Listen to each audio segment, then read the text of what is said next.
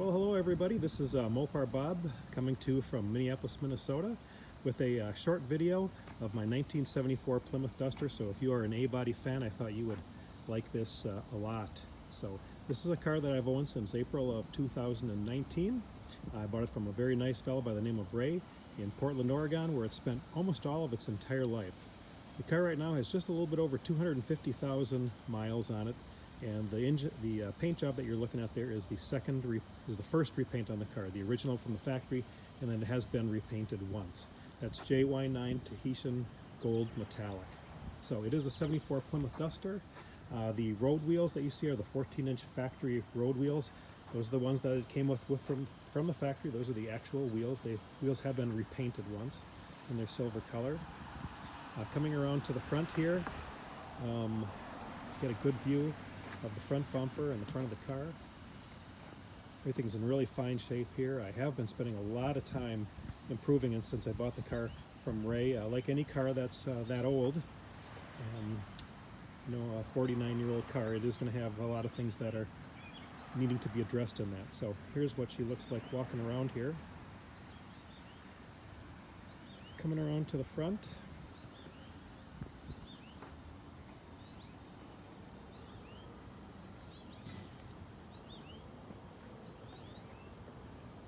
And to the rear, I've got the rear windows, the rear vent windows open, of course, and they work great. I love them. Love the back end of this car. Interesting note about the license plate.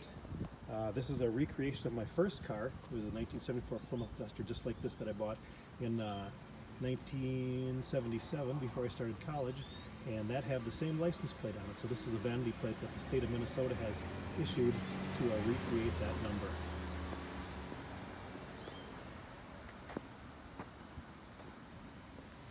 Coming around here, we'll take a peek inside the trunk.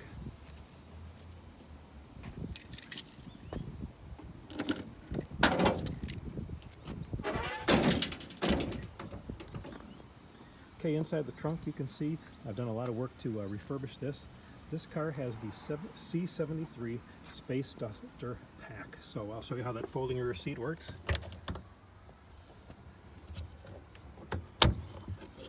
Pull down the two latches. And I've refurbished all of this to completely stock, of course. This is what the back seat, the trunk area looks like behind the rear seat.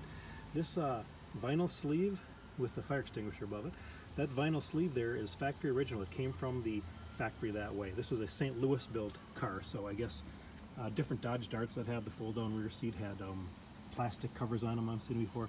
And then it's got this side-to-side tail light cover that goes in back here.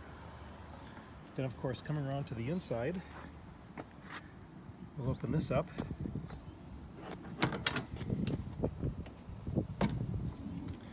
And looking inside, here is what the back seat looks like with the C73 package. So we just pull this little lever right here, and this whole thing folds down into a very nice big open area back here. I just love it. And I've redone all of the carpeting and all of the side panels and replaced the package tray back there, but they're all in the stock color. This is the color that it came from the factory. Looking inside here, here's a look at the dash. You're probably wondering about the cruise control stock. This car did not come with factory cruise control. I went on a very long road trip with it last year, and I wanted to have cruise control available, so I put together a factory from 74 and 75, from 75 and 76 A-body cars, a factory cruise control, and we'll take a look under the hood and see the servo for that in just a minute. AM radio, that's the, I think it's like a 3-watt AM radio. It's the actual factory one that it came from the factory with. Here's the inside. Everything looks pretty good up in here. The headliner's in nice shape. Plenty of room in the back. Down here, looking up underneath here, the heater I've completely restored and rebuilt. I took it out, rebuilt it with a new heater core, copper core, new everything inside there. You can buy a really nice rebuild kit for that, and it works great. Up here is my meter match fuel sending unit electronic processor that allows my fuel gauge to work correctly. I highly recommend that if you think about getting one. It's a great place to save it up there. Door panels look pretty good. There's a driver's door panel here, so another good look at the interior here, and we'll come around the other side. Take another look at that. Here's what the inside looks like with everything opened up. Here's the front window open, and the inside. Glove compartment, of course, not too much in there. I always want to have one of these, ballast resistor, in case that thing fails you on the highway. But yeah, there's two little indentations, original cup holders right there. That's what they used for cup holders back in 1973 when they built this car for the 74 model year.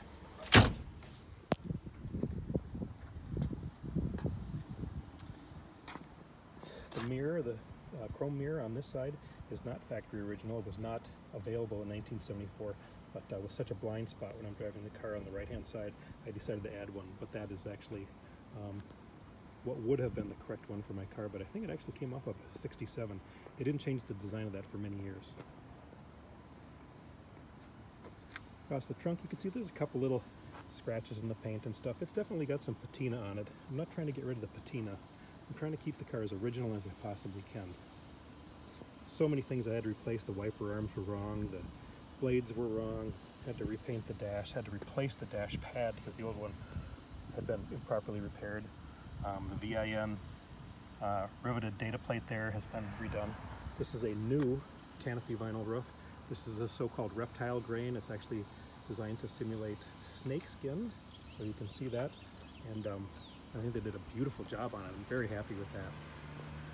So,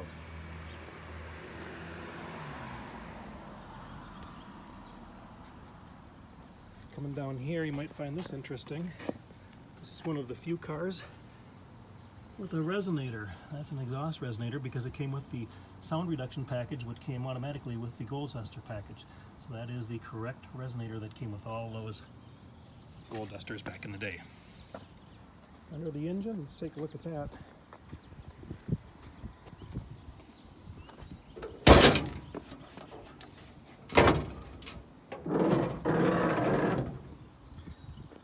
Very stock, not the original engine. It's a 1975 engine, I believe. The original engine that was installed in 73 for the 74 model year failed, but it does have the correct head, the correct non-peanut head, the correct valve covers.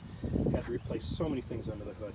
The radiator's the correct radiator, correct part number, everything.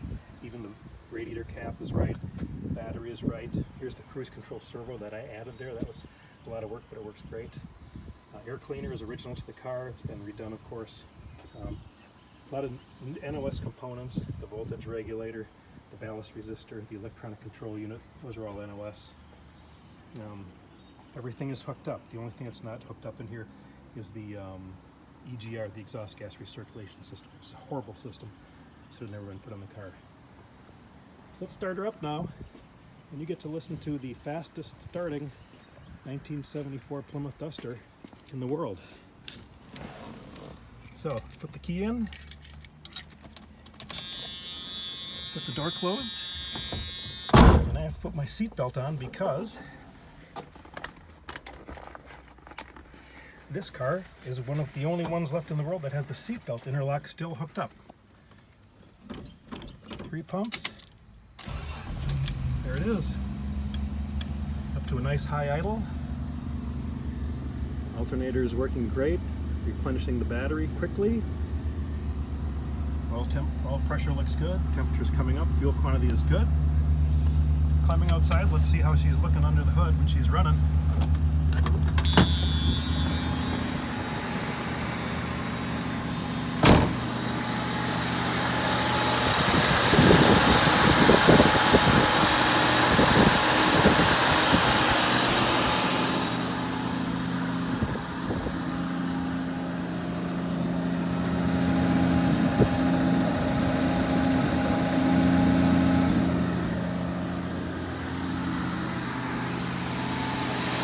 Put this on a nice turbine oil.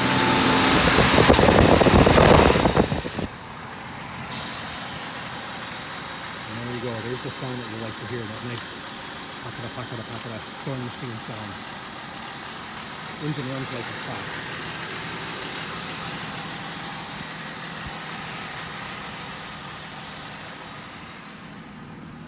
And here's this nice quiet exhaust burble coming from the back, so it's got the resonator on it. That is the sound of what a very, very stock 1974 Plymouth Duster with the slant 6.245 and noise reduction package sounds like. So anyhow, there you have it. I hope you enjoyed my video. If you're a Duster fan, you probably like the car. I love them. Like I said, it's a recreation of my first car ever, and I had so much fun with it. I've even got my Notre Dame sticker on the back there, which is where I had it at school back in the day. And my Notre Dame parking pass in the correct location. So we'll close her up and say goodbye.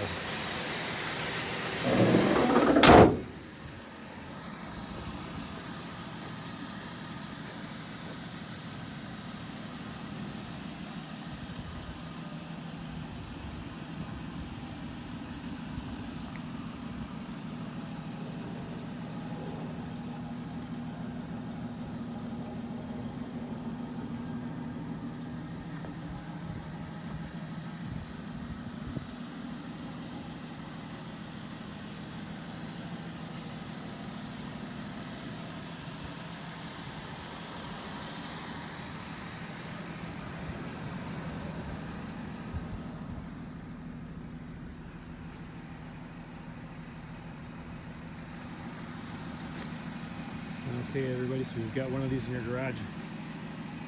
Go out there and put some time and money into it and get your Duster running. Oh yeah, one more thing, it helps to work on the car before we say goodbye,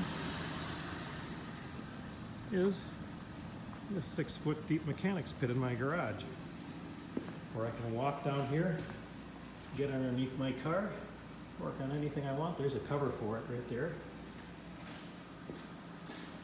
And there's a lot of original paperwork that came with it too. The original sales paperwork, the original window sticker, the original braking information with the car's VIN on it, and a very, very nice original broadcast sheet that we found with the car. Is nearly perfect. So there it is. So thanks for watching the video. Hopefully you're having a great day and enjoy driving your Mopar. Bye-bye.